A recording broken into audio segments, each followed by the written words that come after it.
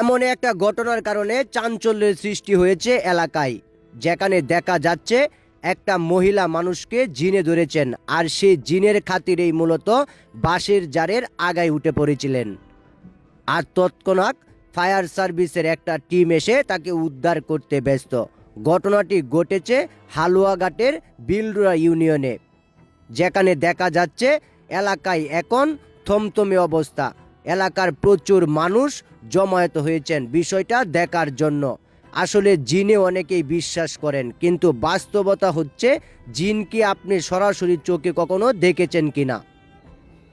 যদি দেখে না থাকেন তাহলে এই ভিডিওটি দেখলে পুরো বিষয়টা আপনার খুলাসা হয়ে যাবে। আসলে বাস্তবে জিনের আসর মানুষের উপর পড়ে, এটার বাস্তব প্রমাণ এখানেই।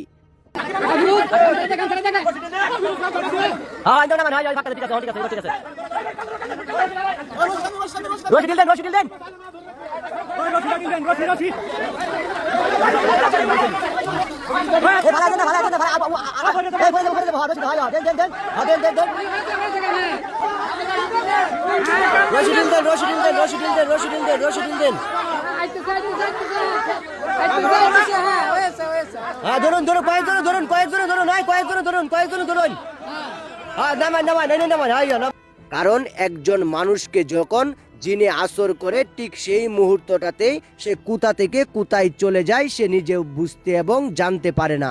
আর এখানে সেই বিষয়টাই দেখানো হচ্ছে।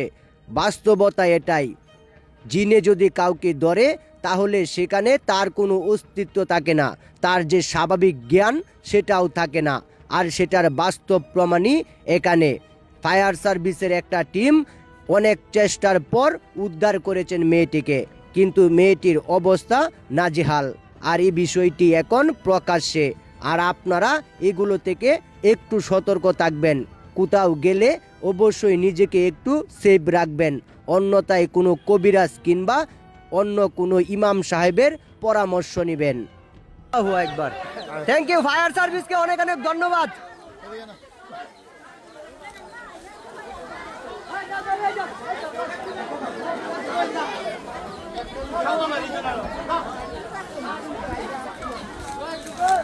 আসলে আপনারা কতক্ষণ যাবত এটা আসলে করতেছিলেন?